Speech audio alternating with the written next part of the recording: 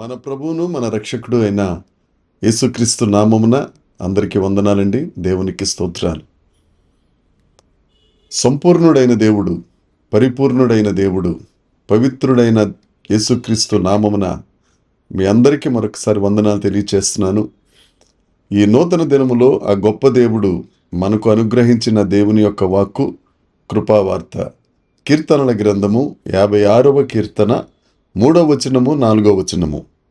నాకు భయము సంభవించు దినమున నిన్ను ఆశ్రయించుచున్నాను. దేవుని బట్టి నేను ఆయన వాక్యమును కీర్తించెదను. దేవుని యందు నమ్మిక ఉంచి ఉన్నాను, నేను భయపడను. శరీరదారులు నన్నేమి చేయగలరు? దేవునికి స్తోత్రం కలుగునుగాక, దేవునికి మహిమ కలుగునుగాక. దేవుని యందు ప్రియమైన వారులారా, ఈ 56వ కీర్తన దావీదు గారు వ్రాసిన కీర్తన. దావీదు గారు అంటారు, నాకు భయము సంభవించు దినమున. దావీదు గారు తనకు భయము కలిగే దినాన్ని గురించి మాట్లాడుతున్నారు. మనం బ్రతుకుతున్న ఈ రోజుల్లో చూస్తే కొంతమందికి సంవత్సరం అంతా భయం ఉంటుంది.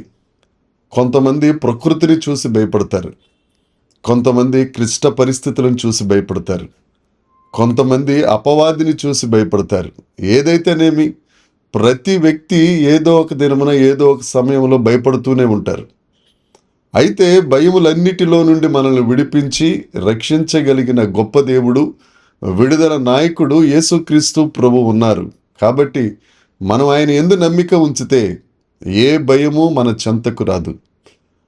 అసలు విషయం మనం మాట్లాడుకోదలిస్తే, భయం అనేది ఒక దురాత్మ.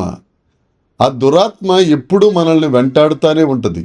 ఎందుకంటే దేవుడు మన పక్షాన ఉండి మనకు ధైర్యం ఇస్తూ ఉంటే, ఆ దేవుని కార్యాన్ని, ఆ ధైర్యాన్ని తీసివేయటానికి అపవాది ఎల్లప్పుడూ ప్రయత్నం చేస్తూ ఉంటుంది.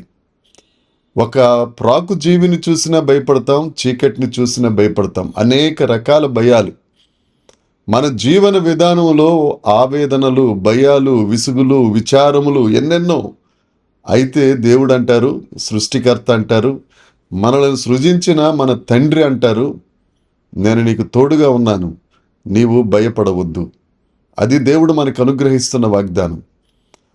పరిశుద్ధ లేఖనాలలో భయపడొద్దు అనే మాట ఆదికాండ గ్రంథము 15వ అధ్యాయం 1వ వచనంలో మనం చూడగలుగుతాం. దేవుని వాక్యము అబ్రహాము దగ్గరికి వచ్చి, అబ్రామా భయపడొద్దు, నేను నీకు కేడెము, నీ బహుమానము అత్యధికమవుతుందని వాగ్దానం చేశారు. అదే వాగ్దానాన్ని అబ్రహాము నీతికి వారసులమైన మనకు అది వర్తిస్తుంది, సంప్రాప్తిస్తుంది కూడా. దేవుడే మనకు కేడంగా ఉంటారు. దేవుడు మన బహుమానమును అత్యధికం చేస్తారు. ఏ లోటైతే ఉందో, దేనికైతే అబ్రహాం భయపడుతున్నప్పుడు దేవుడు వాగ్దానం చేశాడు, ప్రియ జనాంగమా, నీ భయములన్నిటిలో నుండి నిన్ను విడిపించి నీకు కేడెముగా ఉండి ఆయన మన బహుమానమును అభివృద్ధి చేసే గొప్ప దేవుడు యేసుక్రీస్తు ప్రభు.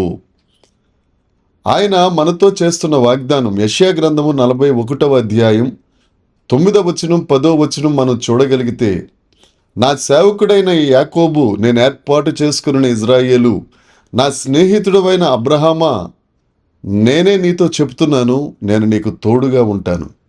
మన ఒంటరితనములలో భయపడవలసిన అవసరం లేదు. చాలామంది ఒంటరితనం అని రకరకాల ఆలోచనలు తెచ్చుకుని, ఆవేదనలు తెచ్చుకుని నిస్సత్తువకు, డిప్రెషన్కు గురైపోతూ ఉంటారు. మనం దేవుని యందు విరిగి నలిగిన హృదయం కలిగి, వినయ విధేయతలు కలిగి ఉన్నప్పుడు దేవుడు మనకు తోడుగా ఉంటానని, మన పక్షమున యుద్ధం చేస్తానని ఆయన వాగ్దానం చేస్తున్నారు. కీర్తనల గ్రంథం 34వ కీర్తన 7వ వచనం చూస్తే, యెహోవా యందు భయభక్తులు గలవారి చుట్టూ దేవుని దూత కావలి ఉండి వారిని సంరక్షిస్తుందని లేఖనం తేటగా చెప్తుంది.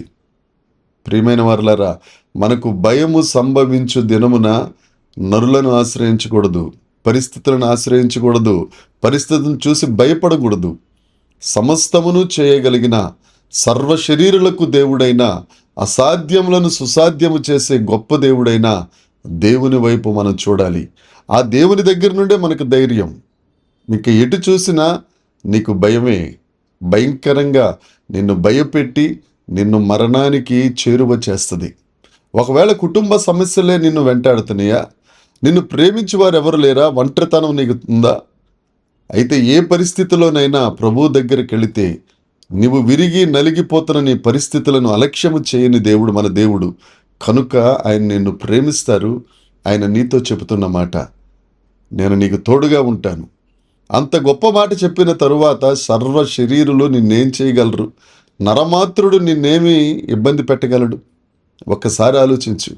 ఈ నూతన దినములో దేవుడు నీతోనే మాట్లాడుతున్నారు. ఏ భయంతో నువ్వు ఉదయాన్నే ప్రాతకాలాన నువ్వు నిద్రలేచి భయపడుతున్నావో దేవుడు నిన్నుద్దేశించే మాట్లాడుతున్నారు. నువ్వు భయపడవలసిన అవసరం లేదు. మనకు కేడమైన దేవుడున్నాడు, మనకు విశ్రాంతి ఇచ్చే దేవుడున్నాడు, మన బహుమానమును అభివృద్ధి చేసే దేవుడు ఒక ఆయన ఉన్నారు. ఆయన చెంతకు చేరు, ఆయన సన్నిధిలో మోకరించి, దేవా నీవే నాకు దిక్కు ప్రభువా, నాకు ఈ పరిస్థితుల్లో ఏమీ తోచట్లేదు తండ్రి, నా శక్తి సరిపోదు ప్రభువా అని ఆయన పాదాల మీద పడితే ఆయనకు నీకు తోడుగా ఉండి నీ భయములన్నిటిలో నుండి నిన్ను విడిపించునుగాక. దేవునికి మహిమ కలుగునుగాక. ప్రార్థన చేద్దాం. పరలోకమందున్న మా తండ్రి, పరిశుద్ధుడా, కృపగలిగిన దేవా, నీకు వందనాలు తండ్రి. మాకు భయము సంభవించు దినమున మాకు ఆశ్రయమై మాకు తోడుగా ఉండి మమ్మలను ధైర్యంతో నింపే గొప్ప దేవుడా, నీకు వందనాలు తండ్రి. నీవు మా పక్షమునుండగా శరీరులు నన్నేమి చేయగలరు?